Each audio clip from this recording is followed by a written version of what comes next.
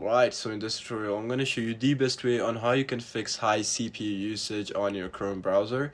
So make sure you watch this tutorial till the end to exactly know what to do.